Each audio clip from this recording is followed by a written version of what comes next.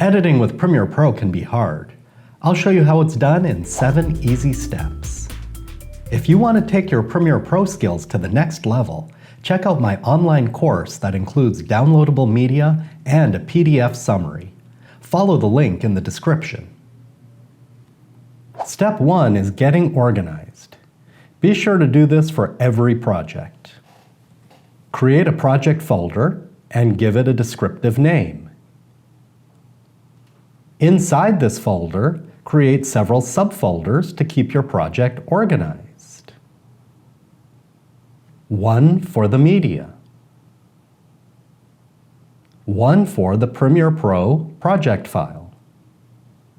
And one for the final exports. You can create more if you want, but this is the minimum.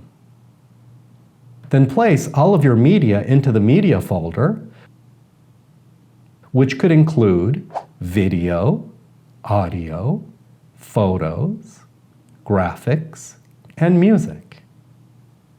Then start Premiere Pro and choose File, New, Project. Here, there are only 2 required pieces of information: name and location. Give the project a descriptive name. Then click Browse and navigate to the project folder you already created. And choose the Project Files folder. That's it. Click OK, and we're ready to start editing. Step 2 is importing your media. But first, change your workspace by choosing Window, Workspaces, Editing. Then to import, choose File, Import. And browse to the project folder, and then the media folder. Select all the media, and then import it. Step 3 is browsing your media. The media will appear here, which is called the Project panel. Let me show you one of my favorite shortcuts in Premiere Pro. Move your mouse over top of the Project panel, and then hit the accent or the tilde key on your keyboard. On most computers, this will be located in the top left corner just below the Escape key. This will maximize the project panel and make it much easier to see the media. In the bottom are 2 buttons. List View displays the media as a list. Icon View as icons. This control is the zoom slider and changes the size of the clips. Another great feature is called Hover Scrub. Just move your mouse over a video clip from left to right, and you can preview the entire clip. Do not click on it. Simply move your mouse over top of it. You can preview all of your media very quickly by using Hover Scrub. Step 4 is selecting your media. To open a clip, double-click it in the project panel, and it will open in the source monitor. Click on the play button to play and stop the video. But I prefer to use the space bar, which is much faster, to play and stop the video. You can move around the clip by dragging the playhead. I want the clip to begin here, so I'll click on this button, which is the Mark In button. Now I'll move later in the video, and then click on the Mark Out button. Great! By marking an in point and an out point, I have selected a specific portion of the clip. Step 5 is working in the timeline. Adding a clip to the timeline is easy. All you have to do is drag, and drop the clip. You'll see it here. Now let's add another clip.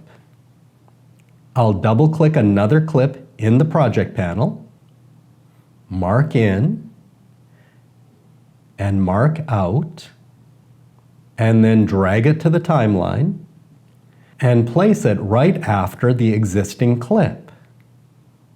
And then keep going until all the clips I want are in the timeline. Here are some tips for working in the timeline. Double-click the empty space here at the beginning of the track to increase its height. Now the clips are easier to see.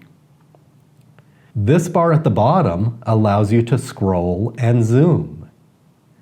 Drag left and right to scroll, and drag one of the handles at the end to zoom in and out of the timeline.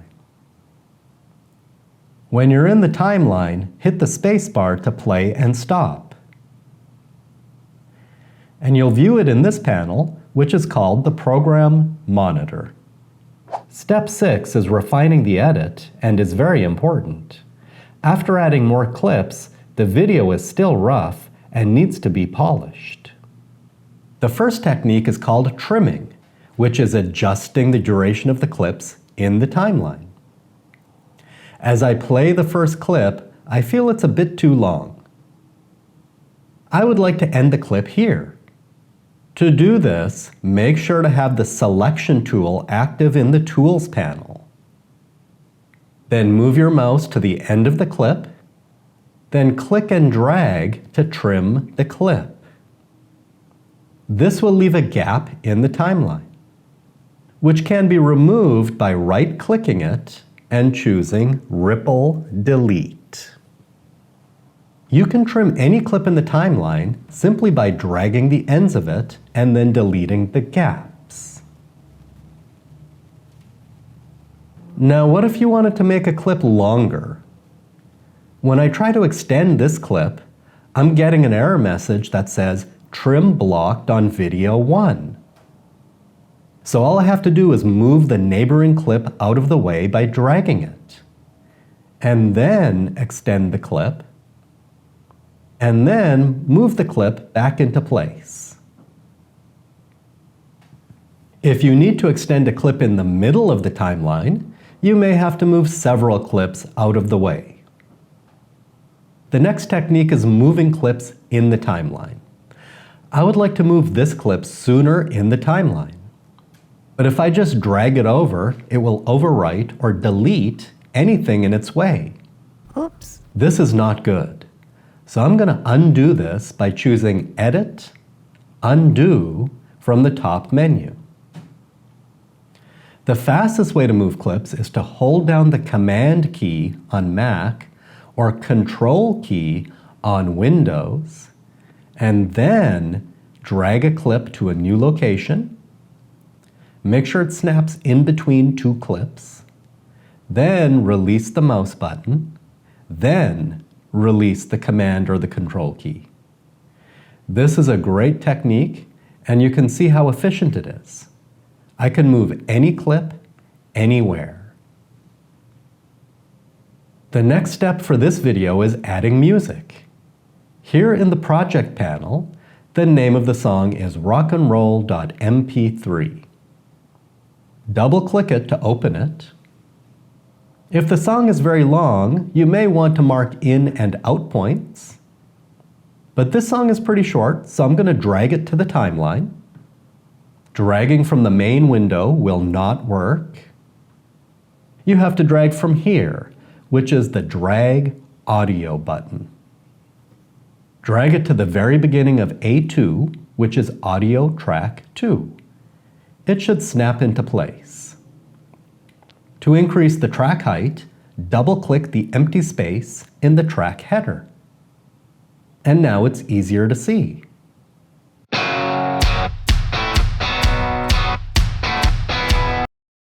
The music is very loud.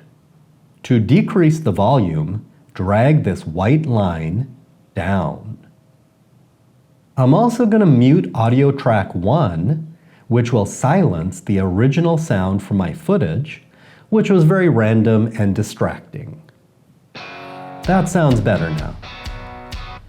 One final thing before exporting, adding transitions. Open the Effects panel by choosing Window, Effects from the top menu. And it will appear somewhere on your screen. Open the Video Transitions folder, then open the Dissolve folder and locate the Cross Dissolve. This is the default transition. To add it, simply drag it into the timeline until it's centered between two clips. Now, clip 1 smoothly transitions to clip 2.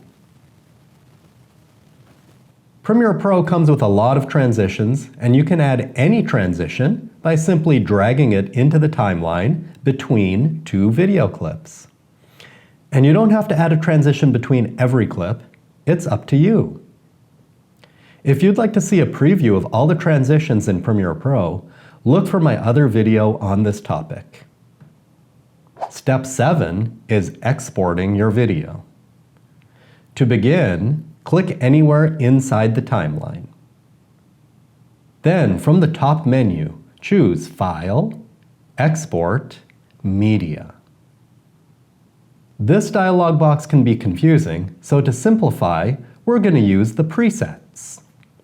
Open the Format menu and choose H.264, which is a popular form of compression. After choosing H.264, the file type will automatically change to MP4. Now open the Preset menu and choose Match Source, High Bitrate. Then click the output name, which is the file name here, and browse to the project folder on your computer and choose the Final Exports folder. Change the file name to a better one, then go down and click on the Export button. Now go to your computer and browse to the Final Exports folder and look for the MP4 file. Double-click it to play it, and there it is. Now you have a file that you can easily share with the world. So great job! Here are the 7 steps again.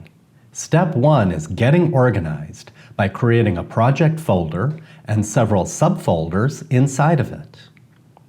Then create a new project and import your media with File, Import. Browse media in the project panel. Use the accent or tilde key to maximize it.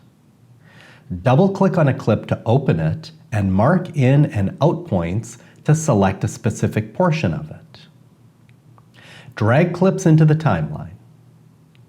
Refine the edit by trimming, moving clips, adding music, and transitions. And finally, export with File, Export, Media. From the Format menu, choose H.264. Congratulations! You now have the skills to create a basic video from scratch and export it. If you want to take your Premiere Pro skills to the next level, check out my online course that includes downloadable media and a PDF summary. Follow the link in the description. And please be sure to subscribe and leave a comment because I would love to hear from you. Good luck!